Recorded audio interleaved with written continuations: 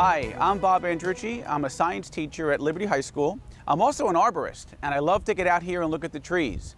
So you may have seen me in previous videos where we looked at spotted lanternfly. We did a basics of fall color.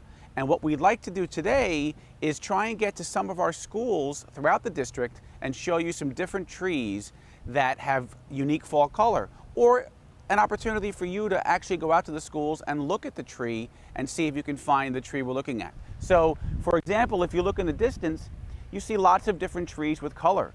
You see a Japanese maple, you can see a dogwood, you see all these London plane and sycamore trees, okay? So what we're gonna try and do is look at some of these. So we're currently at the Ed Center, and we're gonna walk over here and look at this tree. So what we're looking at here is a sugar maple, and it's a native tree, and it's a wonderful tree in the fall, but it's also a tree that's good for all seasons.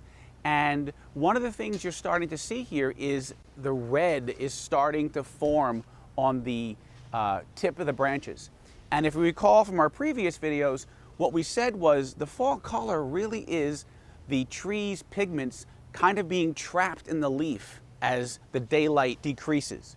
And so it makes sense that on the tips here, you're starting to see the red color for this maple. So here's a great example of that leaf, beautiful red pigment. The colors here are kind of trapped in the leaf, and over the course of time, these leaves are going to now disintegrate and go back into the soil.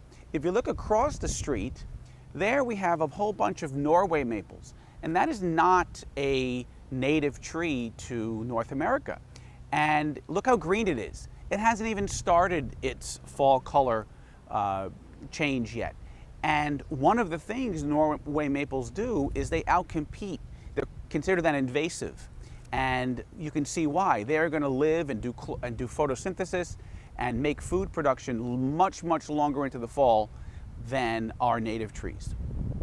So here we are at Spring Garden Elementary, our next school, and I'm standing here in front of a beautiful northern red oak, one of my favorite trees of Pennsylvania. Notice here that there's no color yet, because this tree is going to start to produce its fall color as we get deeper into the fall. But one of the things you see happening is these spots, and that's totally normal for this time of year. As this leaf is slowly dying and getting ready to fall off, fungus will take over and start to degrade the leaves. So it's the typical circle of life, right? Everything has to be born, and then the fungus will decompose the leaf. Before it fully decomposes, though, this leaf will get a nice bronzish, maybe brown color, depending on the weather conditions. And if you look here, another oak on the same property, you can see the transition. So some of these are green, some are greenish gold, some are fully gold, and some are brown. And that's the transition that these trees will go through. So at this time of year, it's good to see these trees. You can see all the different transitions as opposed to all one color. If you look over here, this is a honey locust, another wonderful tree we have here in Pennsylvania. It's a great backyard tree because it gives a nice filtered sunlight. This one is going to turn a nice golden yellow. And as you can see, it's starting, and like I was saying at the other school, it's starting on the tips. And most of these trees will start out on the tips, and then the whole tree will turn the same color. As you can see, we're still in front of Spring Garden, and I wanted to stop at this pine tree. This is an eastern white pine, because if there's any single question every arborist gets in the fall is my pine tree dying because it's brown? And the short answer is no. If the brown is in the interior of the branch and the tips are still green, it's just doing its normal shedding of needles. And a pine tree, we call them evergreen, but they still need to shed their needles. So every 2 or 3 year old needle, it will drop to the ground and new ones will take the place at the tips. So no, this tree is healthy, it's doing well, but it does get a fall color. So pines can have a fall color. So here we are now at Marvine, and we have a bunch of nice trees to go over here.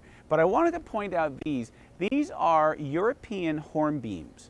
And they're not native, obviously, they're European, but I wanted to point out that upright structure. You see how they're all starting at the bottom and then have this curvature upward. That's called fastigiate, and that's a common way to breed trees for the unique characteristics we want. And speaking of that, we're going to go over and look at some crab apples.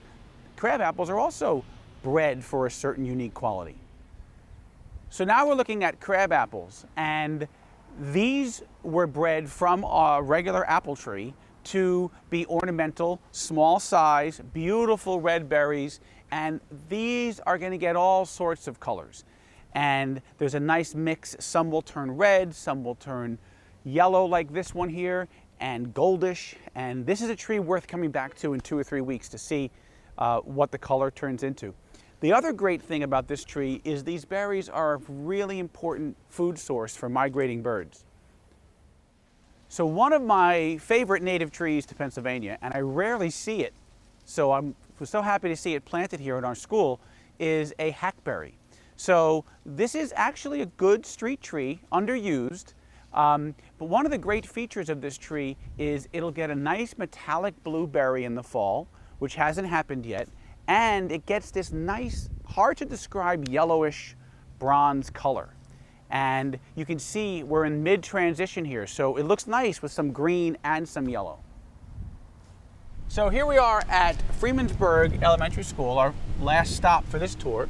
And if you look in the distance, we can see this large London plane sycamore turning from pretty much green to brown. Now, it'll still be a nice brown, and other colors will creep in, but it really is going from green to brown.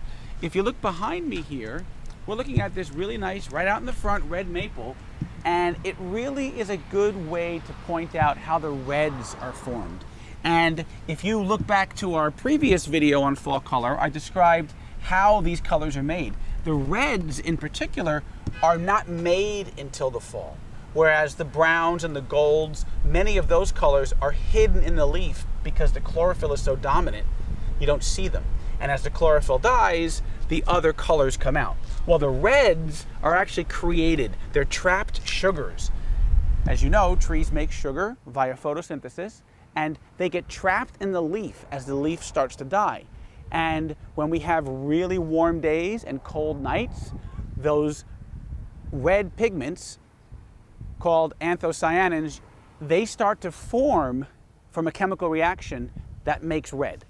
And it's a good example here. So this tree, I'm sure if you go to this school, when you come in the fall, it's probably a beautiful, gorgeous red greeting you each morning. Well, thanks again for joining us. It was a pleasure getting out to seeing some of our beautiful school campuses to look at some of the trees. We hope to get out in future seasons to maybe see some more trees. My name is Bob Andreucci, teacher at Liberty High School, and thanks for joining us.